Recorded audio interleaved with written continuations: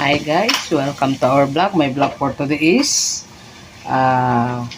yung okra sa atin. Ito, maliit pa lang oh, daw wala pa nakalutas sa dede ng nanay niya. Dito sa Saudi pwede na kainin. Pero sa atin, parang hindi pa. Mga ganito kalalaki yan, pwede na.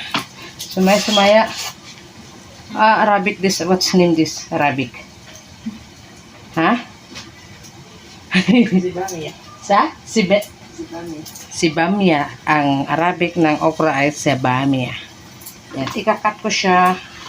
Tapos, ikat na po ako. Yan guys, sa plastic. Bago ilagay sa pressure kasi madali silang nasisira. Kaya kung i-pressure siya, igaganito ko. Yan. Matagal ang buhay niya. Sana all. Matagal ang buhay. Yan. Sa totoo lang po guys, hindi pa ako kumakain nito. Kasi nga madulas, di ba? Kasing dulas niya.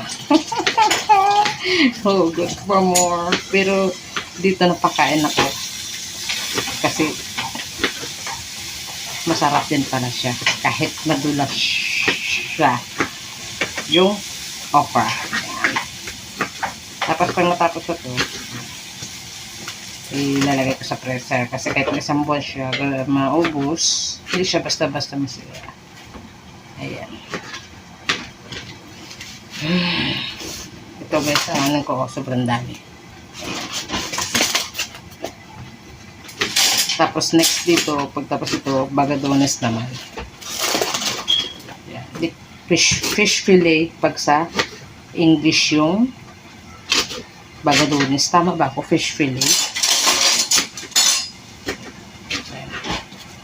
Sugar. Sumo.